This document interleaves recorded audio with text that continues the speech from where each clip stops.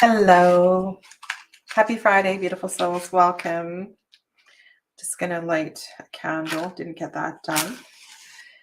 I dung the bell. Didn't get the candle done, but let's just do that. So welcome to my Friday Tarot chat.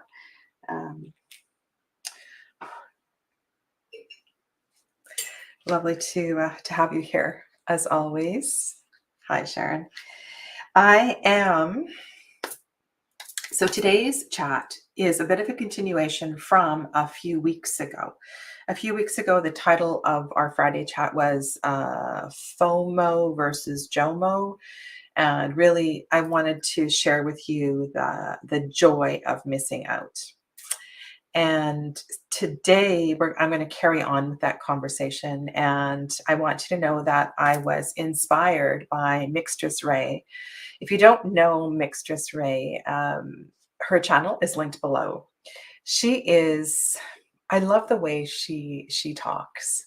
She's very forthcoming and honest, and I love the way that she just delivers what she has to say. There's no filter, and her approach feels so very, very genuine. And when I was watching her video, I just felt that I needed to respond. So this is not she was not asking for responses, but I just felt that this is something that I wanted to do. And I know that this conversation has come up a lot with tarot deck collecting. And what do we do with all of these cards? And how do we control or manage? Or how do we find joy when we're overwhelmed with so many, many, many decks? So these are some of the things I'm going to talk about today. So welcome. I want to say hi to everybody that's strolling in. So Saskia, namaste. Welcome to you. It's so lovely to have people all over the world. Saskia is in Greece. Joel is in Sweden. Irene is in... Irene, are you in Quebec? No. Hannah's in Quebec. Remind me where you are, Irene. Who else is here? Kristen Louise, hello, welcome. Loved your live yesterday with Chris. So yesterday, Kristen was transported to Scotland, and she had a chat with Chris of Elemental Cartomancy about her new deck. And just want you to know that Kristen Louise, where are we here? Kristen Louise has created an oracle deck card called the Star Rune Oracle. And it is available on makeplayingcards.com. And the readings yesterday were so beautiful. It's a very different perspective. And I felt the deck was reading really, really well. So can I actually, Kristen, you are a mod, so you can go ahead and put the link to your deck in the chat if you like. All right, Elizabeth B, hello. Donna, welcome. Oh, and Hannah is here. Lydianne is here. So I was just waiting. Where is Irene from? I know oh, you're in New York. Okay, Irene is in New York, and Lydianne is in... So, sorry. Yes, Lily Valley is in Quebec. Now I am confused. Hannah, Dancing Soul Sister. That's another one I was thinking of, wherever she is. And I saw, who else did I see come in here? Lena is here. Lena is also in Sweden. Is that correct? I know you're in Scandinavia somewhere. Tamian, welcome.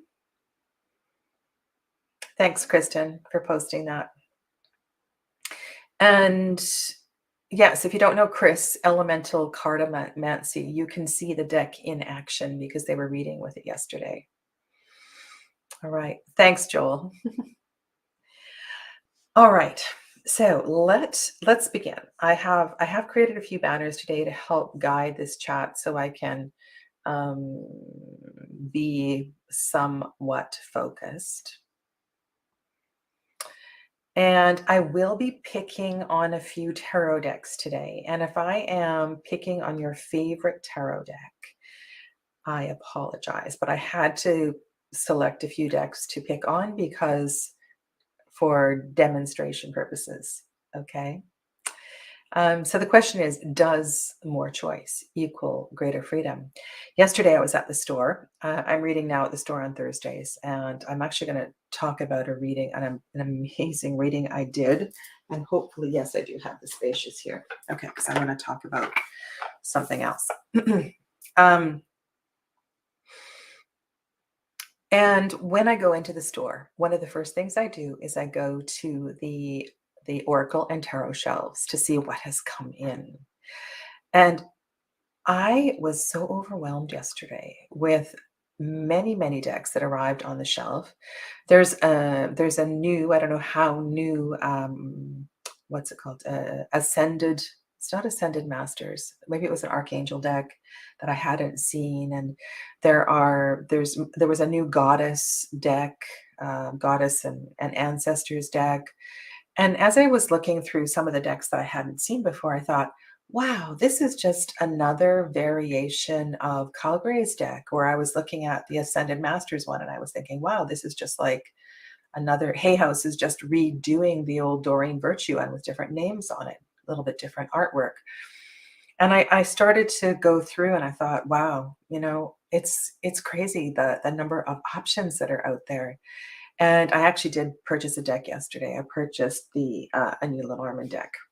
I'm really quite enjoying my spending more time with Lenormand these days. And I think in next week, I'm going to do an updated video on my Lenormand collection. So you can see my new deck. So, overwhelmed yesterday. That's where I was. And for me, I think that, oh, you want to know what I bought? Okay. I bought this one, the Maléfique Lenormand. And I'll show you a couple cards while I'm talking. So I want to dive right into strategies because I think, can I ask where the honeymoon comes from? Just looking it up for its meaning, but the strawberry moon comes up. Oh, sure, Blair. That has to do with, so the moon, the names of the moon vary from Aboriginal, from Native, from First Nations culture to First Nations culture. So part of the research I was doing for my deck, which is now on hold for a reason to be unnamed, was because I am aligning my deck with the moons. And the more research that I did, I realized that a lot of the 13 moons during the year have go by many, many names. And so honeymoon is one of the moons for the June moon. Now, to me, it would make sense that the honey moon is in the fall when the extraction tends to take place. So, they don't always make sense to everybody all over the world. Okay. Oh, I said I was going to show you. I'm going to show you a couple of cards from this deck. Okay. All right. Sure. Why not? This is the ship. It does have playing card associations. There are very little. So that's one thing. There's the tree.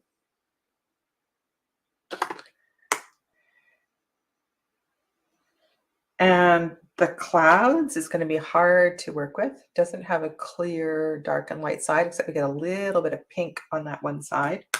The snake is uber scary, but I kind of love it. What else? What else do you want to see? There are no, the stars is really cool. There's no alternate cards in this deck. I just thought it looked really cool. The heart is wild. Look at it. There's the heart. It's kind of crazy. Anyway, I will share this with you when I do my Lenormand tour, because I have a few Lenormand decks, new Lenormand decks.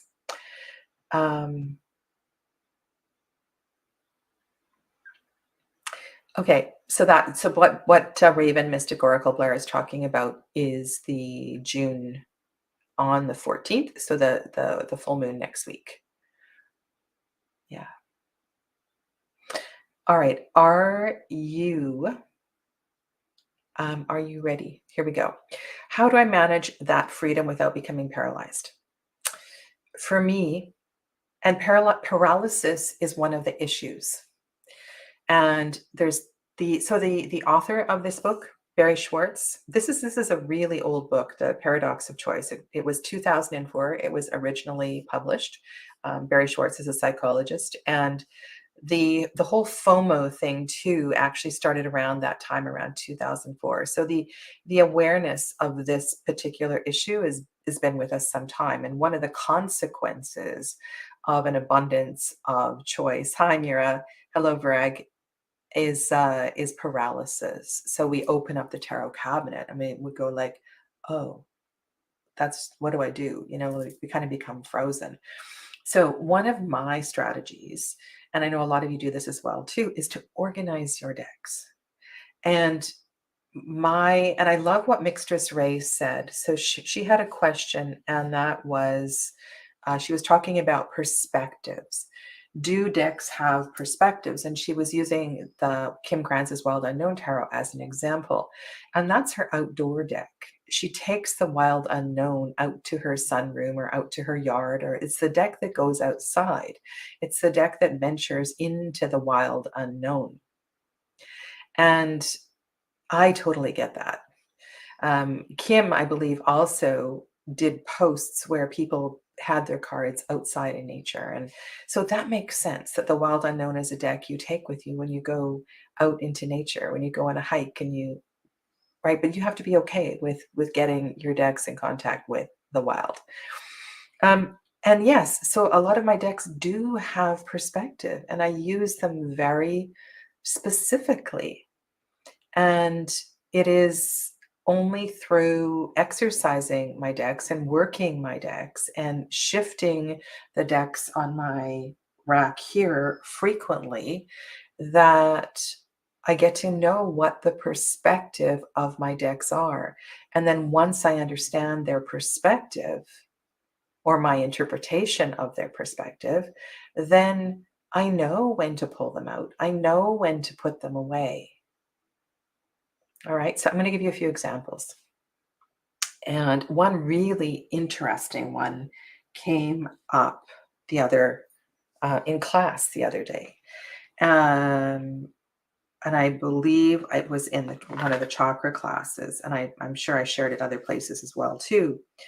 And that was, sometimes a querent, an issue becomes so we become so focused on the detail that we are not able to see the big picture. And I racked my brains over and over trying to think of a deck that would help us see the whole picture. And I had, there may be other ones, but this is a new kind of awareness for me that's come to pass. And that, so if people are, focused on the details and in need of a space, they're in need of space. They need to step back. They need a different perspective. I was looking at this deck and I thought, yeah, this is a great deck for that, because we're not getting lost in the details of the cards. We're not getting lost in, and if we are focusing on details, they're far away, they're in the distance, and it has a very different kind of energy. So what other kinds of perspectives do my decks have? Well, they have seasonal perspectives. And I'm at the point where I feel kind of uncomfortable when certain decks come out in the wrong season because they just don't seem to work. Many decks, of course, work all year round, and they're kind of my workhorse decks. But some decks really only speak to a particular season, or they are I feel I read them much better in a certain season. So one deck that I absolutely love, I probably could have out all the time, but it just is so much better in the fall, is Tarot of the Hidden Realm. Um, and that's a very, so here's an example. So I was talking about the perspective in this one. Well, as you know, Tarot of the Hidden Realm is zoomed right on in. So if you had a question where you were focusing on the details, that is not, if you were overly focusing on the details, that's not a deck that I would choose. So seasons are important, and I think decks read better when I'm focusing on that.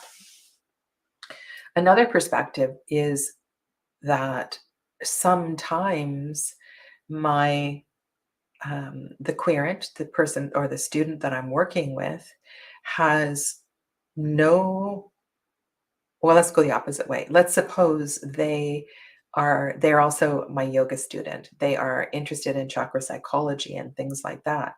Well, then I'm going to choose decks that work with that. I'm going to choose decks that have some, either a built-in system, or they work really well with the chakras, or the chakras are actually named. And this is funny because in a lot of my oracle decks that actually have the 7 chakra cards, I take those out because I find that decks, they tend to be redundant.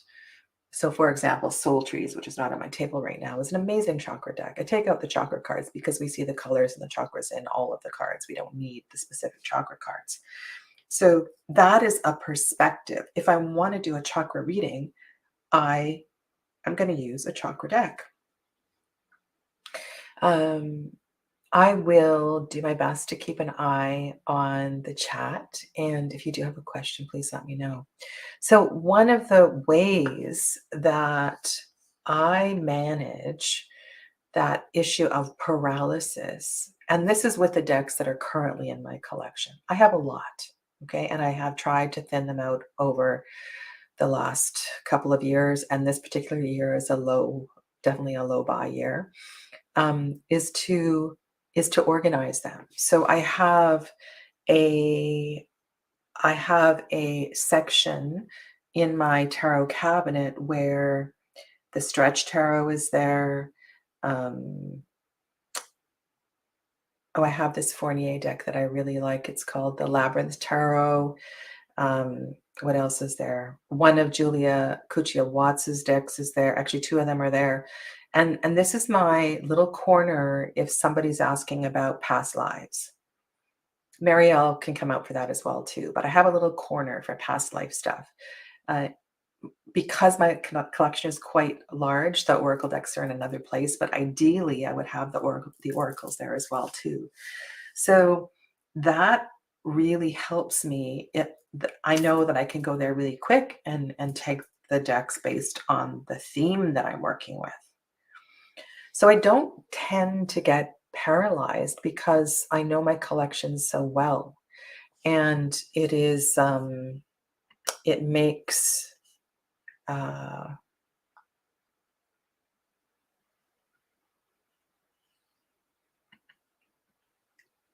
you're talking about the thumbnail? No, that's not that was just, I took that off the web for the effect of the thumbnail for YouTube. That's not mine. My tarot collection is in a wooden cabinet behind this screen here. Yeah. Okay. So let's leave that. So I find the organization is really important. Seasons, themes, particular topics. That has really helped me to not to lose that perspective. Yeah. Okay. Let's go to the next sort of issue. And these are, so these four, there's 4 questions. And I was watching Barry Schwartz on YouTube, and this is an old TED Talk. I can't remember what year it was from.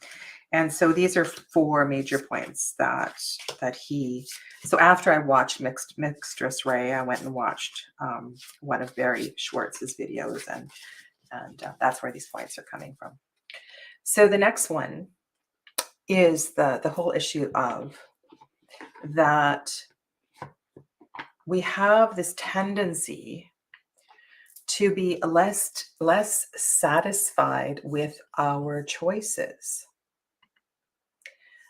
And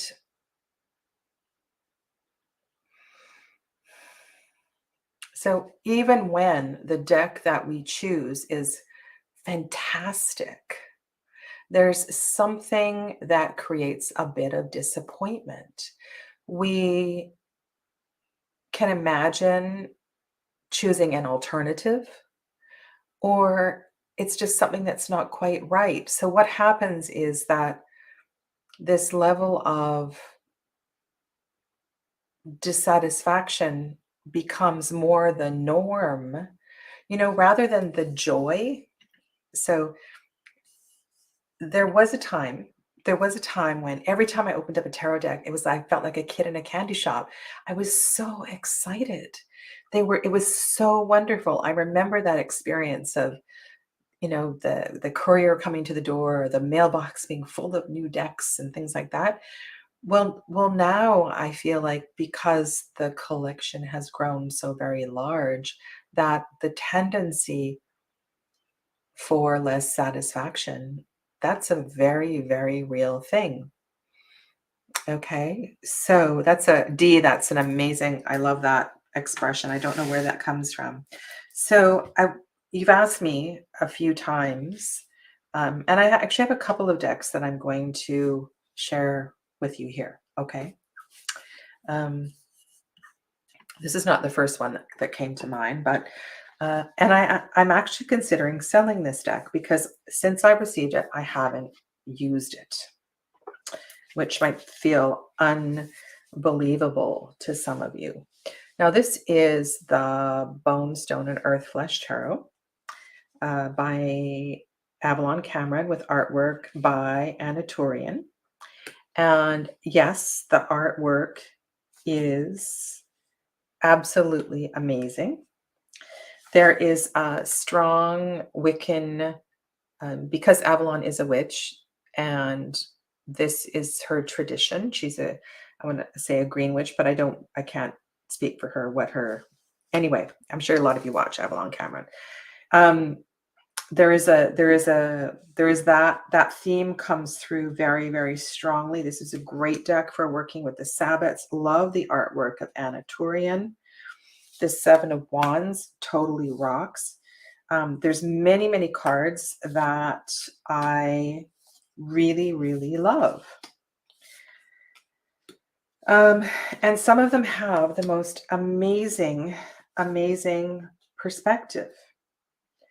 But something happened along the way, and there is a couple of cards.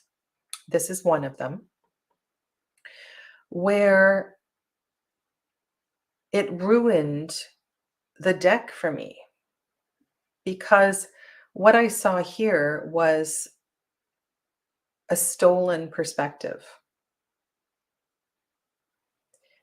And it really shifted the energy of the deck for me. It was like, wow, how can this deck be so unique and so amazing? And I know like some of the cards were kind of challenging for people. But how can I be so dissatisfied over just one or two little cards? And that really kind of sat poorly with me. I'm just going to see if I can find another one that kind of gave me that energy. And I mean, there's a few decks out there where the Hierophant card is a Australian Aboriginal shaman, so I'm okay with that. But I don't know. The more I worked with this deck, when I first got it, I loved it. But I started looking at it, and there were a few other layers that felt they just weren't working for me. And this is a really expensive, it was a hard deck. It was a long journey to get it.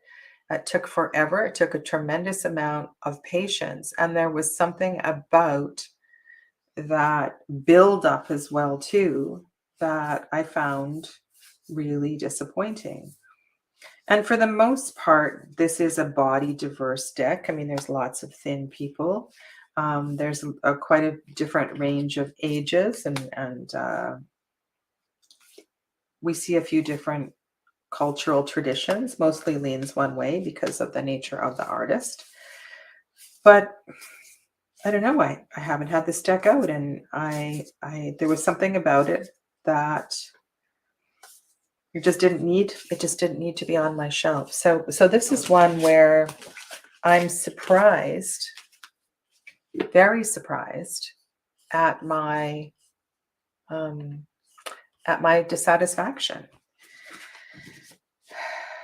Right? And it's got, I mean, I can go into little details that, of course the gilding is chipping, and it hurts your hands. And yes, I could scratch off the gilding and all of that, but I'm not going to do that.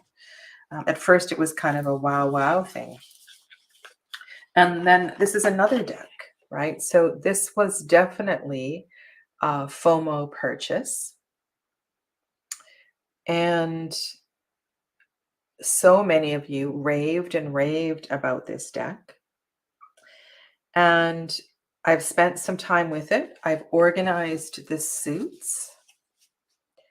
And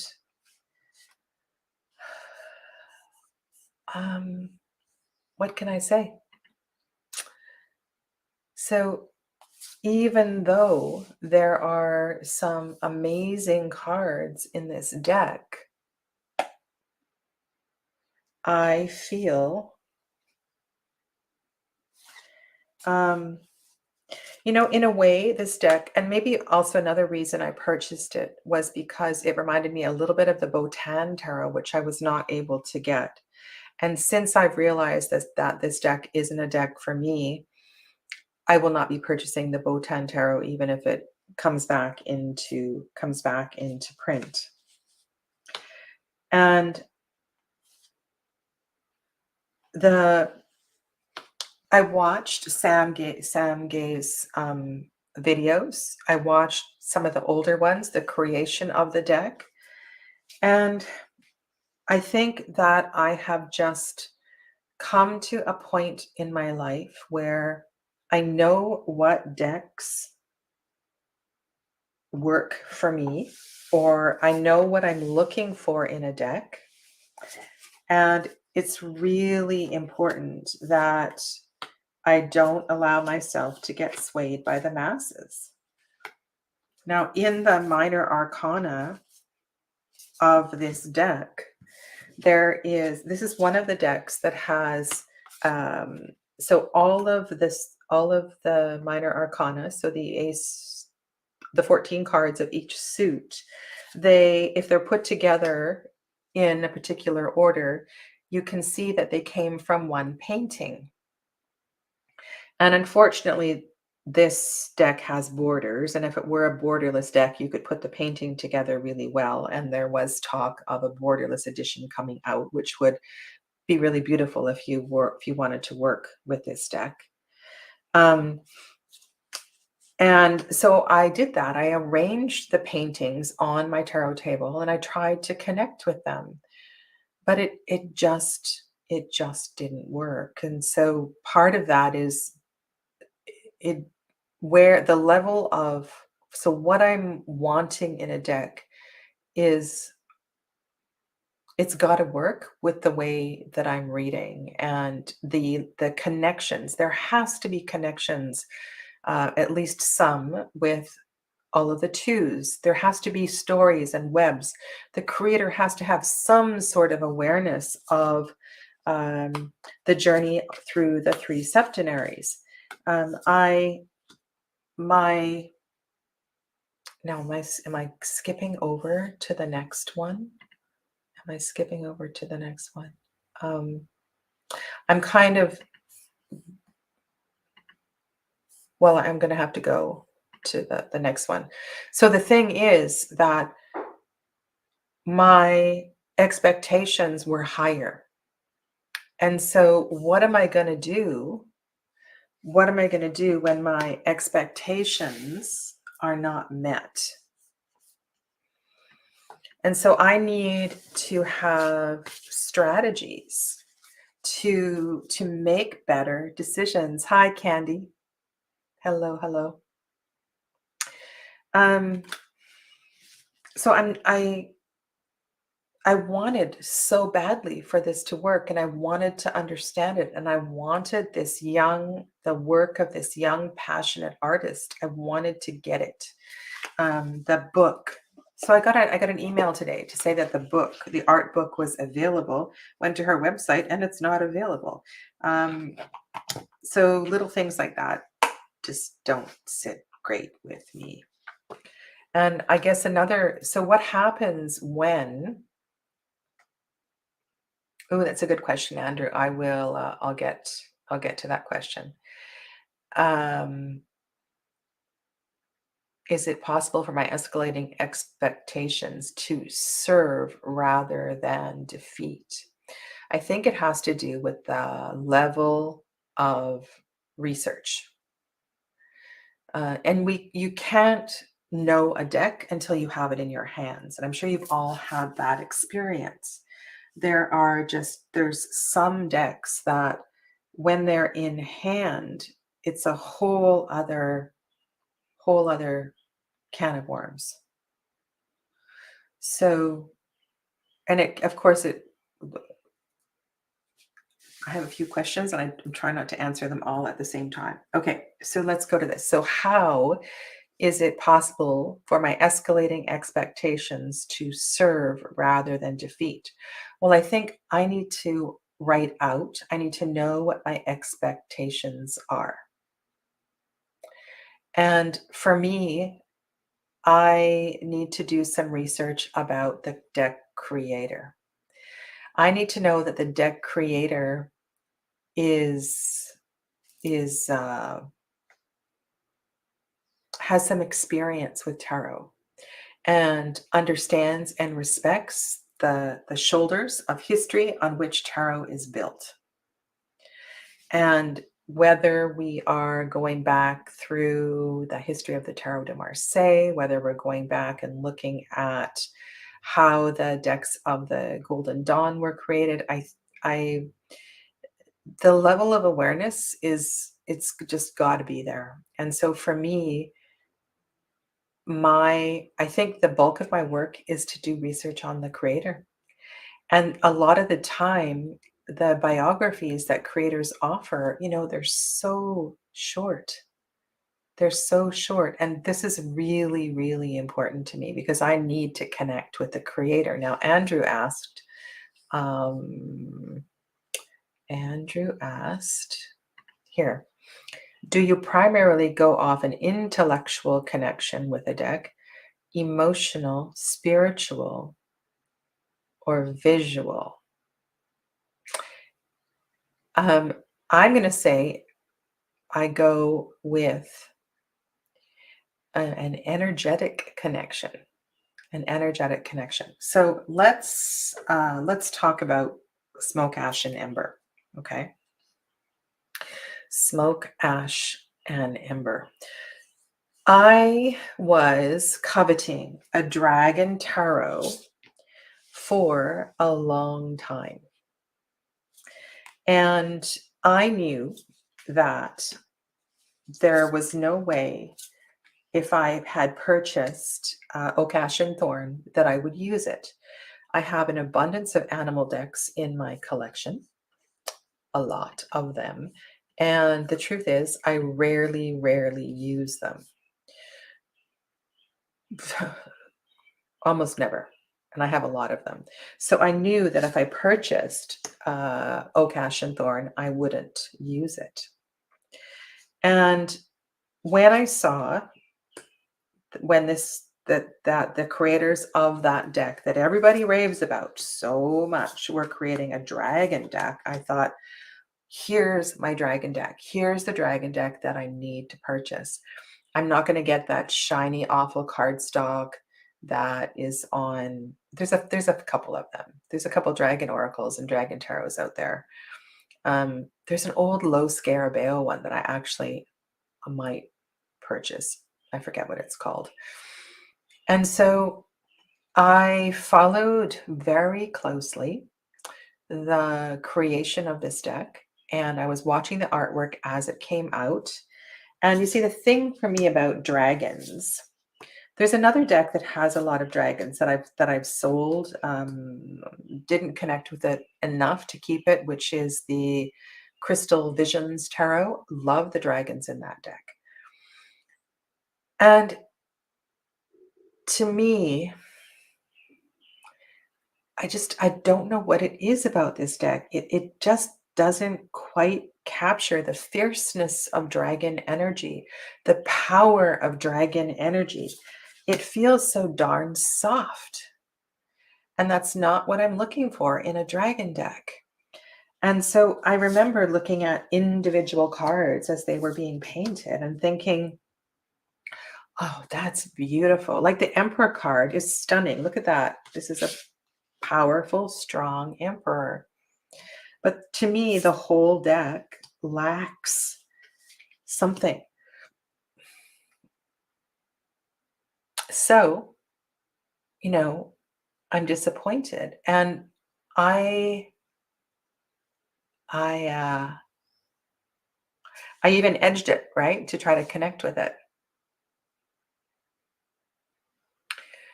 So is it possible for escalating expectations to serve rather than defeat? What happens if, despite all the research that we do, the time we spent investing in the deck,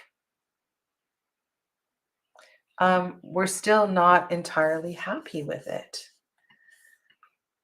Like, yeah. I think we need to cut ourselves a break and go, okay, sometimes until you actually have a deck in your hands and you actually work with it, you don't know. You don't know how you're going to work with it. Okay, so let's go to Candy. You're so sweet. Oh, how come that's not working? There we go. So lovely to have you here. So lovely. I haven't seen that one. I'm really, really trying to keep this a low buy year.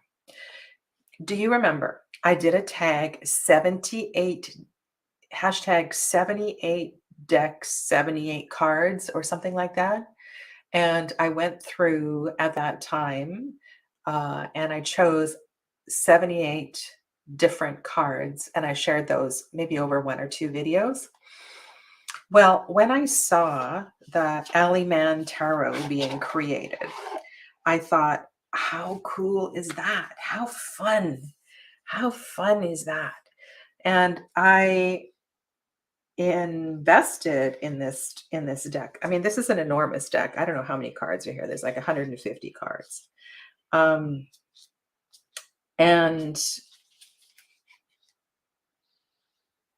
I don't know why I purchased this kind of crazy purchase.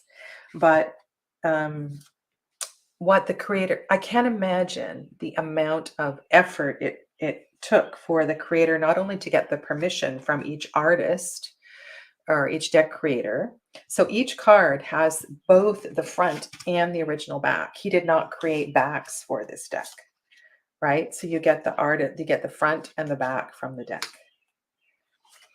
And I think perhaps I purchased this deck as inspiration to make my own 78 cards, 78 decks, 78 cards thing. And maybe another reason why I purchased this deck was just to have in hand samples of another 150 50 decks or so. This is amazing. I want to find this deck. Whoa, love this. Love these bright colors. So yeah, so this is, I mean, that's the Fool card. So it is pretty darn cool. And so what I need to do is to pull out 78 cards and to choose 78 cards from this massive pile. And I still haven't opened all the extra cards. There's another pack of cards available. And then there's a bunch of extra like oracle cards, like the Wound Man, the Comforter. This deck is hilarious. It's so funny. And there's quite a few Tarot de Marseille cards as well too. Yeah. Look at this Lover's card. Seriously, that's powerful, man. That's super powerful. Okay, so I'm feeling quite joyful sharing this with you. But to tell you the honest truth, when I opened this deck and went through it the first time, I was thinking, Sadhana, what a stupid ass you are. Why did you buy this? Why did you support this on Kickstarter? You're never going to use this. Anyway, and talk about the paradox of choice. Seriously, talk about the paradox of choice, right? I mean, piles and piles and piles of cards. It's funny. Okay, Kenton. Okay. I'll give myself that. I bought it because it's amazingly cool. And I suppose I also bought it because, wow, what a lot of work. And also, oh my goodness, you see the guidebook. Oh, it's over here. You know, I'm so busy doing deck deep dives and other things that I don't really have time for this, but I will share this with, but maybe one day, you know, when I get my motorhome and I'm on the road with nothing else to do. So this is what the guidebook looks like.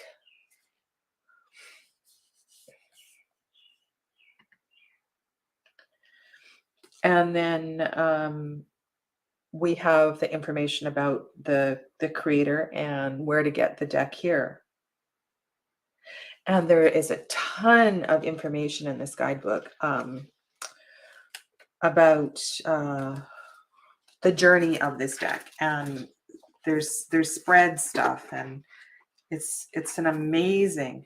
And I don't think this was expensive either. Like, this is a fantastic. Anyway. Okay. So hashtag set it on the road. I will be. I will be. I am. I'm going to get a great big motorhome. I'm going to get one of those that looks like a truck, you know, so it's solid, and I can have a little space, a little tarot room inside my massive motorhome. Yeah. This is what I'm going to do. Like, seriously, look at this. The paradox of choice. I think that's funny. That I have these cards out here and I just kind of laugh at them. So do you want to know about that Four of Coins? Let's do a shout out to that Four of Coins creator. Let's find it. Let's find it. It's got to be somewhere near the back. Oh, there's so many extra cards. It's okay. It should be. Oh, and he's got the Marigold Tarot in here. And oh, here's another thing. I only have like about 3 decks that are in this tarot, so it's kind of amazing. Okay, so let's go to the Four of Coins, and I will tell you who the creator is. Are you ready? The Four of Discs was made by Dark Sinevere for the Neon Tarot. Find Dark Sinevere at darksinevere.com. And Dark Sinevere is spelled Synevyr.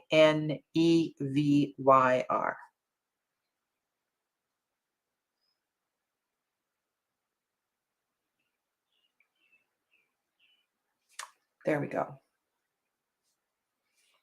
Okay.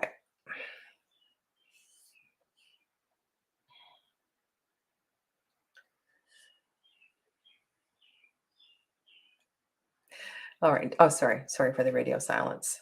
I'm just reading. Okay. The mixed deck is called the Alley Man Tarot, or the Alley Man's Tarot. And it was a Kickstarter. So, yeah, there you go. There you go. All right, let's go to the next one. I'm having fun here. I don't know if you are, but yeah. Here we go. Next thing. Oh, so psychologist Barry Schwartz, he says, I just about peed myself when he says that the secret to happiness is really low expectations. You know, my partner says this as well too. I find this so defeatist. I mean, I don't have in life. I think it's a terrible way to look at things. This makes me sad, actually.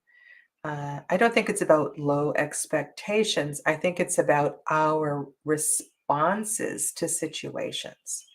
So I could open up a deck like the one of the ones I'm disappointed with and, break out in hives, or I could, I don't know, cut it up or rip it up or have some crazy reaction.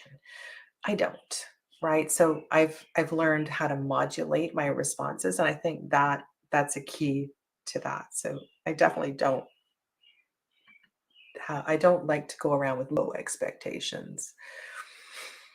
Okay, so I think we've kind of touched on this. What to do, even if after sufficient research or certainty, when a deck arrives and it's a big fail.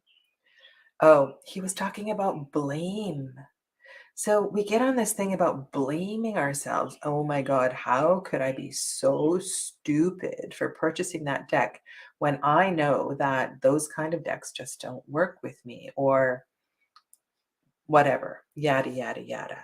So I just want to summarize these four points because I think I've touched on them all. So the first one is the whole issue of paralysis. And I think we can manage paralysis by um, organizing our libraries, right? So if we organize in themes, seasons, issues, and stuff like that, it really, really does help. The second one was because of the abundance of choice, we're less satisfied, right? So it's almost impossible. And I love that quote that Dee put out there. I'd have to go way, way back to the very, very beginning. Dee said something really, that was I don't know if I can find it. I should have starred it. There's this thing on StreamYard where I can star things. That's too bad I didn't. Oh well. Dee, if you're here and you want to put it in again, that would be amazing.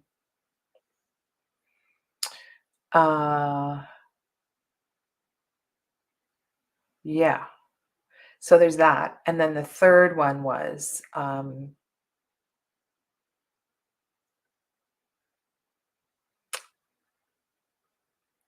so one is paralysis, two is the whole satisfaction thing, even though you choose something that's amazing. The third one was escalating expectations. Makes you feel a lot worse, right? So the secret to success is low expectations. Bullshit, I say. And number four, there is no excuse for failure. Blame, blame, blame, blame, blame. So yeah, don't blame yourself if you screw up. It is thank you. Thank you very much. Thank you. Okay. Now I have a couple of other questions for you. And I think we've touched on most of these, but let's is it possible to be present? And one of you asked something uh, similar, or you made a comment just a few minutes ago about this. That was Irene, actually. There we go. Expectations take us out of the present moment. There was something else somebody said too. I think this is one of the reasons why. So, this is a deck I've had for a very long time. And stupid me, I bought the anniversary edition. I didn't need to buy the anniversary edition because I absolutely love this version that I trimmed and edged. That was really silly. Anyway, doing deck deep dives makes me so present with decks. And so instead of feeling bad that I haven't even dived into the SKT new version, that was my first and only version of the SKT. Instead of feeling bad that it's just sitting there in my cabinet, I know that eventually I will do a deep dive into that deck. And so the art of being present with a deck and taking your time with it's so worth it because you learn to read the deck so much better and you create this amazing connection with the deck. And so yeah, I'm really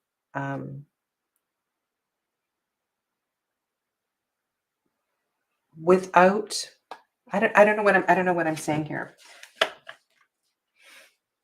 I don't know what I'm saying. I'm saying that I can be present. I can be present if I have the discipline to do a deck deep dive and not worry about all the decks that are in my cabinet that I'm not using. And I go through from time to time, and of course, and I give them away. I sell them if because yeah, if they've been sitting there a long time, I know I'm never going to use them, no matter how pretty they are, whatever. I really want to have a working library. Um,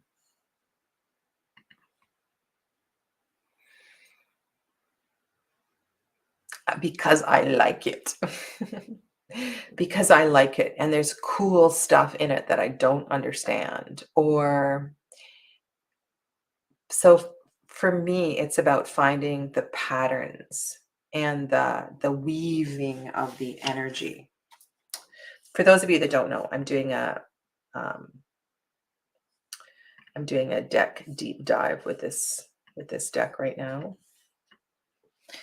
and I always just read this deck intuitively, but what makes a deck deep dive worthy is so I always wondered about the circles, right? There's lots of circles in this deck. And so one of the things that I like to do, and there's all these windows and stuff too. Oh, and there's all these decks with hands and feet. I mean, not decks, cards with hands and feet. So what makes a deck deep dive worthy is to go through the symbols and the repeating patterns and to have a bit of an adventure with them and to see if you can make sense of the circles, or if there's a lesson in the circles, or if there's some magical layer that's going to help make you a better tarot reader. So I think that's what makes a deck deep dive worthy. And this is another really interesting question. So I was going to tell you about yesterday. So when I was reading yesterday at the store, a woman came in. Now, I hope she's not watching because I don't know how old she is. I'm going to say she was 80. She was 80. She was in her 80s. And she was talking to the retail clerk out front. And I don't know how long she'd had this breast cancer diagnosis. I didn't hear the conversation. And the retail person, I will go back. Joel, I'll respond to that in a second.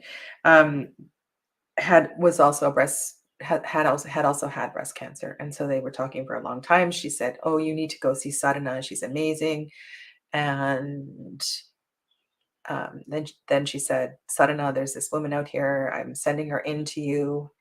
And those kind of situations are always a little unnerving because you know which card you don't want to show up in a reading. And so we had a little bit of a chat, and she needed to talk and cry and all of that. So we did that. And then I had the Spacious Tarot with me. And I just had this feeling, and this is also not a deck that I have worked with a lot. I just had a feeling that, look at my deck arrived with a bashed. Anyway, that's neither here nor there. Bashed box. I just had a feeling that this deck was going to do this reading service. And the invocation that I used for this particular situation was very special, very specialized. And I asked Spirit for something comforting and inspiring to come through.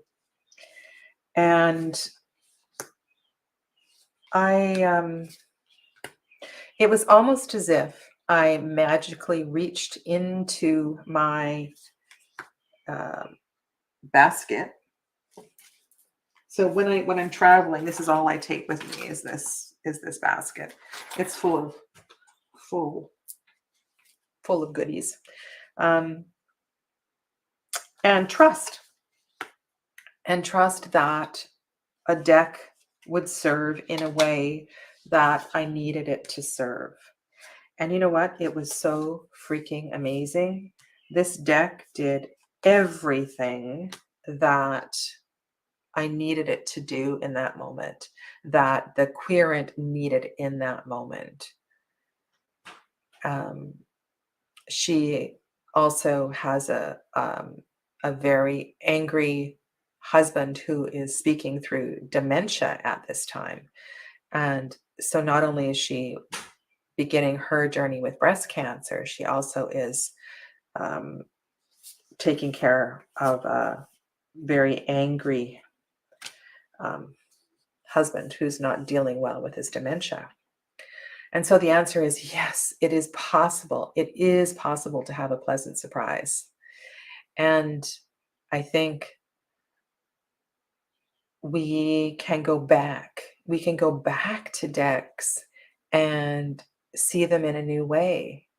And so I started talking about decks with a wider perspective. And this is definitely one of them, but I have a few decks that I work with when people are grieving and we need a bit of space. And I think this is a great deck for that. And so now this deck has a perspective for me, right? And it offered a very pleasant oh, what did I just do? Uh-oh. It's okay. It offered a very pleasant surprise. So I'm so happy about that. Yeah. All right. Let's go to Joel. Joel.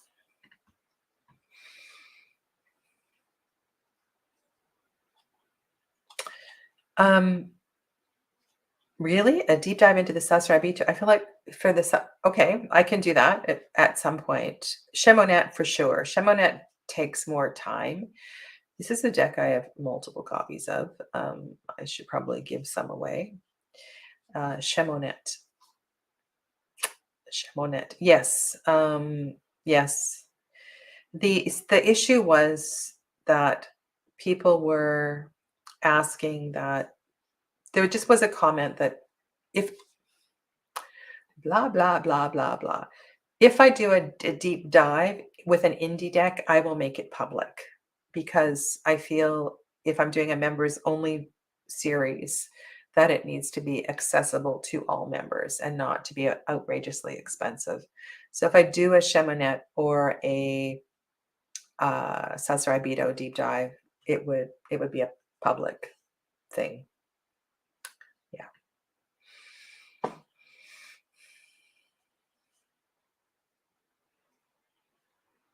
Mm. Thanks, Hannah. Look who's here. IJ, hello, welcome to you. Lovely to have you in this space. Let's see what Audrey says about the spacious.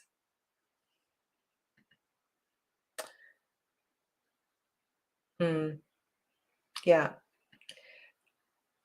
Now I'm not sure. I'm not sure if the Chemonet is out of print. Last time I checked, there were still decks available.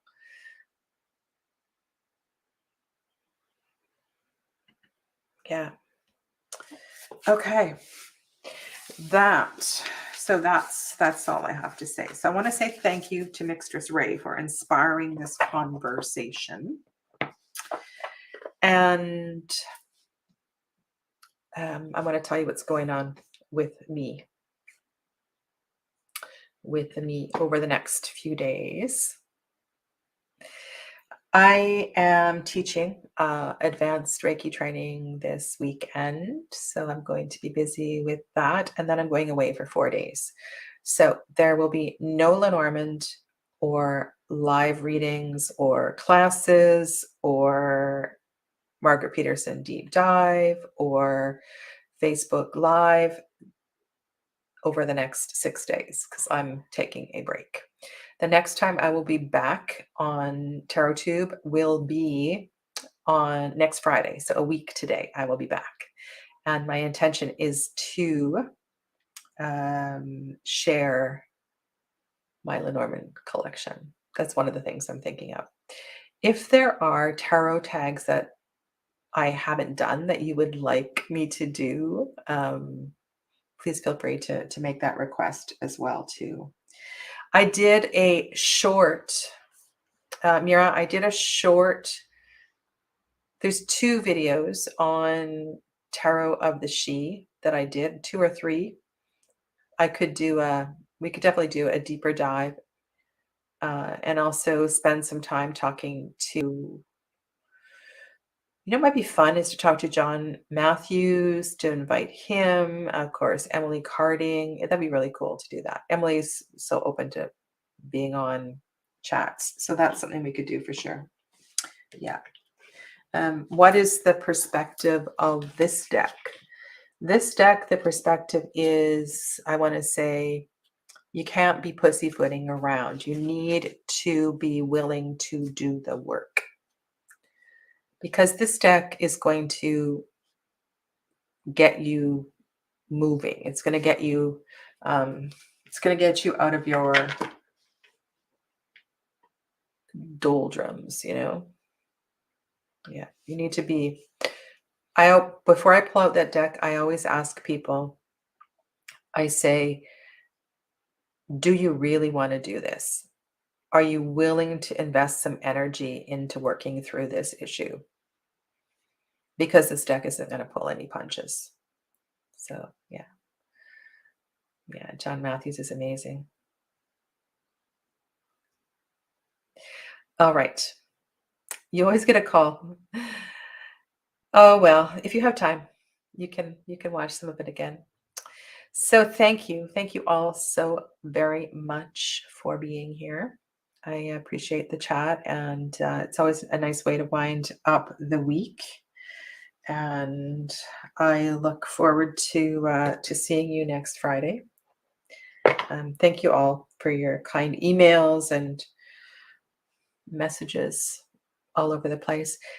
For those of you that are in the Facebook group, I have a Facebook group that's linked below. I've started a deep dive. We're going to do Red Seeds Tarot and Red Seeds Oracles on Wednesday nights in the Facebook group. So if you've been wanting to spend some time with those cards, I'm going to do that in the Facebook group. Okay. Thank you. Thank you, everybody. So nice to see you. All right. Bye for now. Namaste.